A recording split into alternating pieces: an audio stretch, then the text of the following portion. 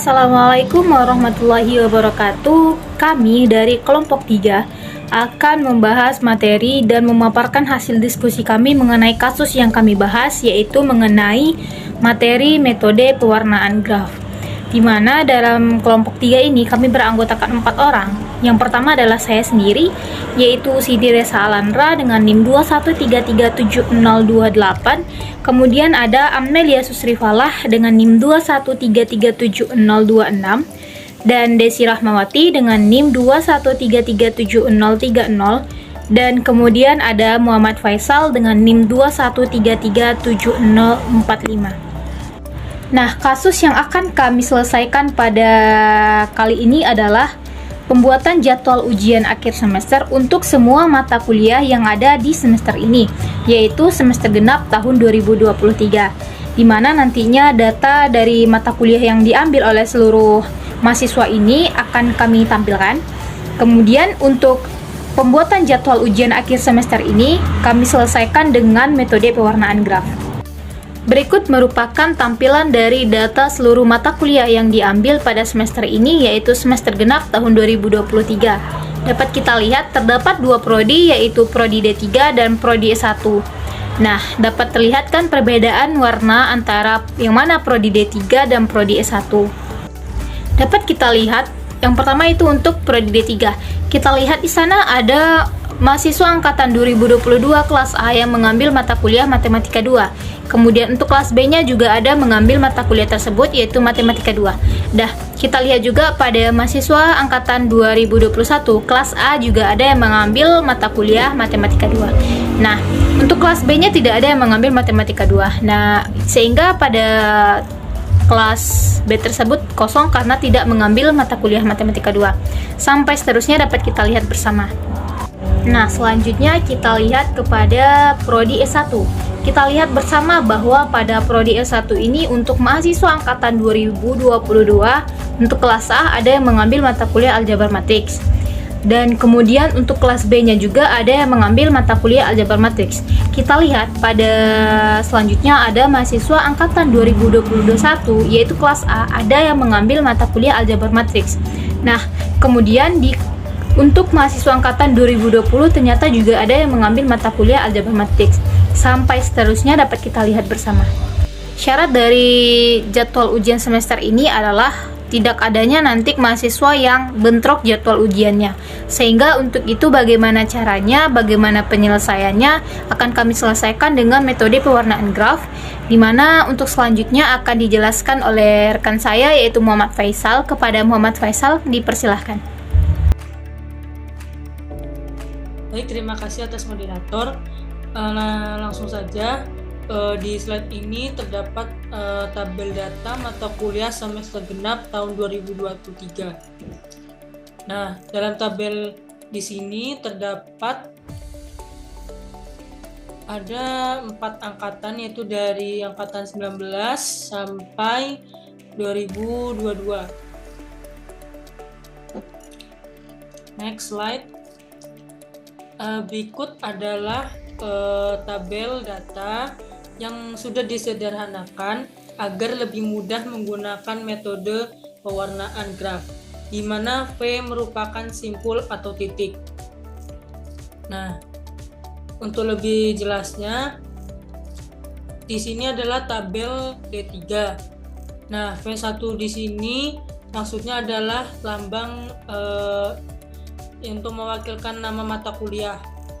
Berarti kalau untuk D3 angkatan 22 kelas A, lalu V1 maksudnya itu V1-nya adalah mata kuliah Matematika 2.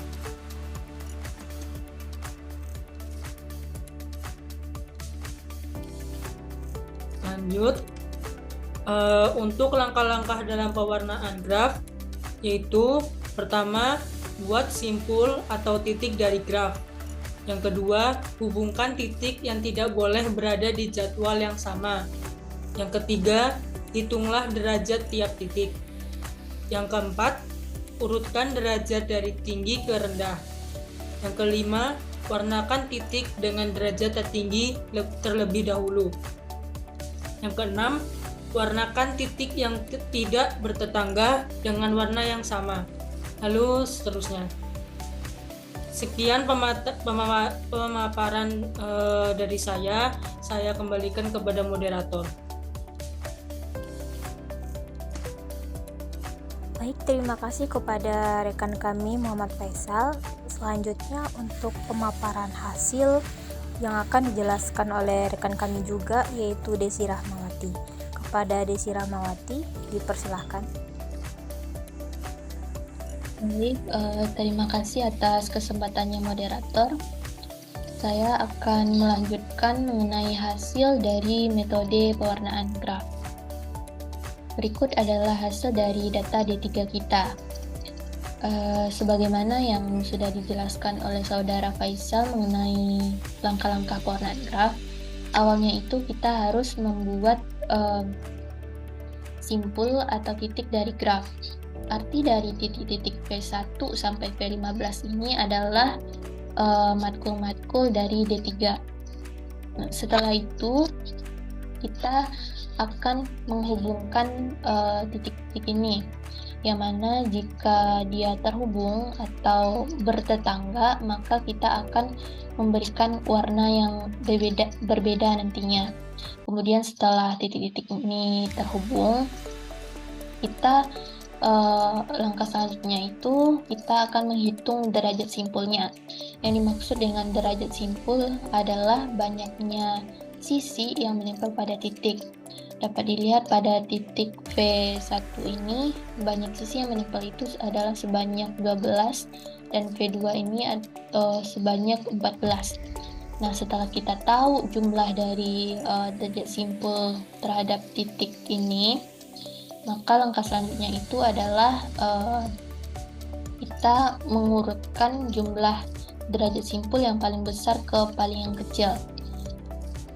Nah, selanjutnya adalah pewarnaan graf. Jadi, pewarnaan graf itu dimulai dari derajat simpul yang paling besar.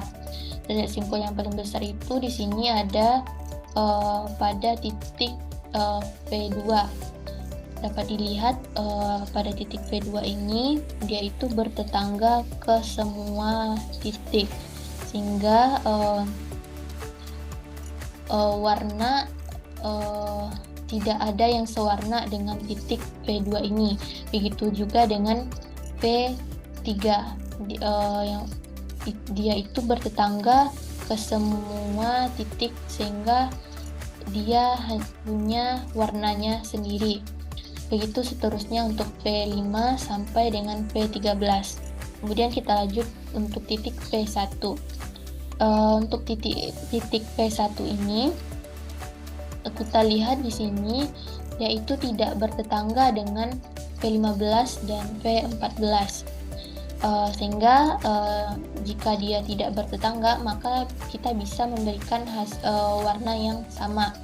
Nah, V1 dan V15 ini sewarna, yaitu warna merah, dan untuk V14 ini berwarna biru.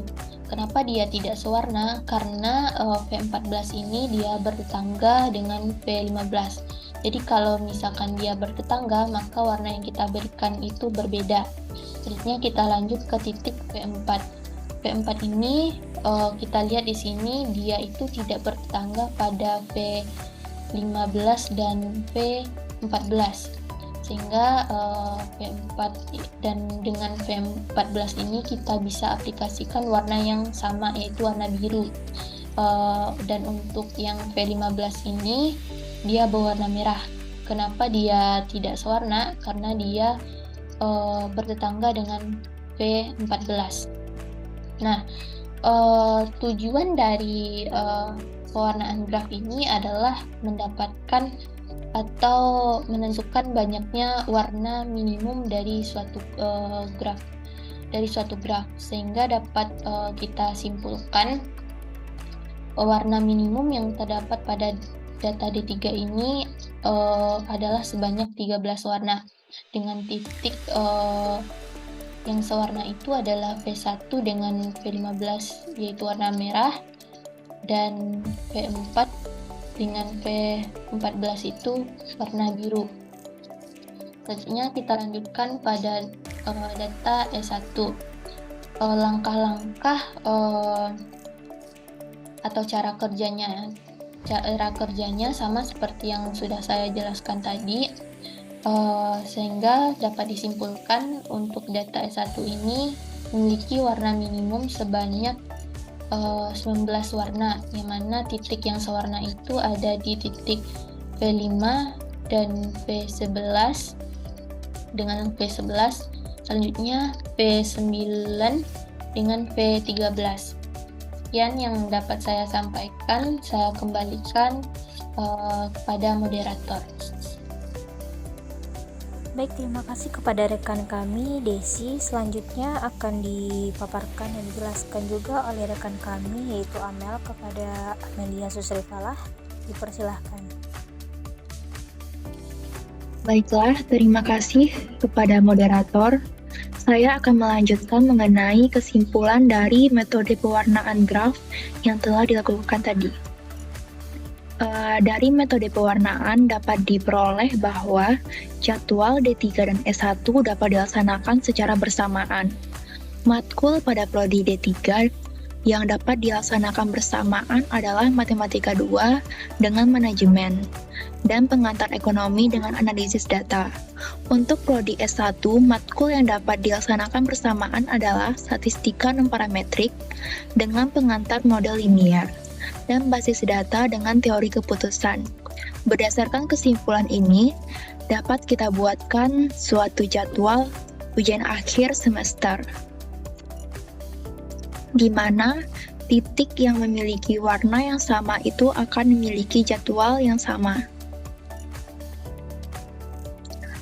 Berikut merupakan salah satu contoh jadwal hasil dari pewarnaan graf, di mana dapat kita lihat bahwa di sini yang memiliki titik yang sama itu adalah Matematika 2 dan manajemen, terus pengantar ekonomi dan analisis data, statistika non parametrik dengan pengantar model linier, lalu basis data dengan teori keputusan.